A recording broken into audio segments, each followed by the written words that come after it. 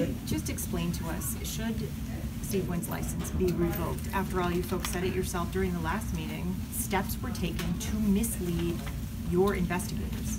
So one step at a time. We'll have to determine the facts of ongoing suitability for Wynn, individual qualifiers. In the end, the Investigation Enforcement Bureau will make a recommendation to the commission who ends up making that decision. What more do you need to know at this point? Well, we certainly have a lot of allegations, but we need to get to the facts.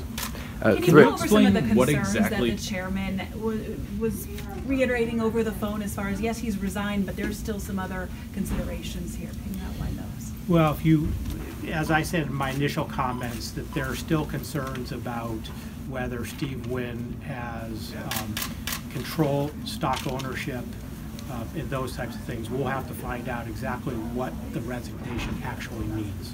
At this point, would Steve Wynn still be required to pass the suitability test even if he was not CEO and chairman? That will depend upon the facts. But if he had ownership of enough stock potentially and or control potentially, so that's what we need to understand. How much stock does he need to fit that qualification? I'm going to double check and get back to you, but I think it's over 5%, but I'm going to double check that and get back to you. Well, you know he qualifies on that score. We need to find out what the circumstances of resignation are. 3 Democrats for governor are saying that the scope of the probe should be expanded to include campaign donations from 2014 sent to the RGA and possibly given to a pro-Baker group. Is that something that the investigators are looking at as well? In the first instance, we think that's appropriately handled by the Office of Campaign Political Finance. And why is that? I think it's more within their jurisdiction in the first instance.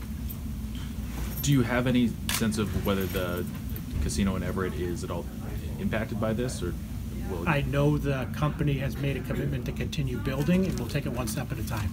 One more question. How can the public continue to have faith in this? I mean, every day it seems like there's drip, drip, drip. You hear about, something new here.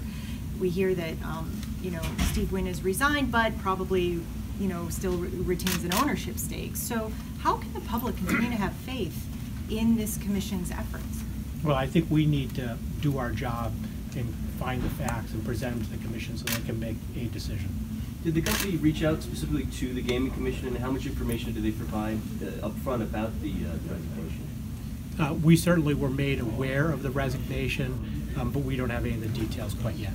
Can you say anything about the documents that were requested? I cannot. Can we get your name, please? Bedrosian, Executive Director, Bedrosian.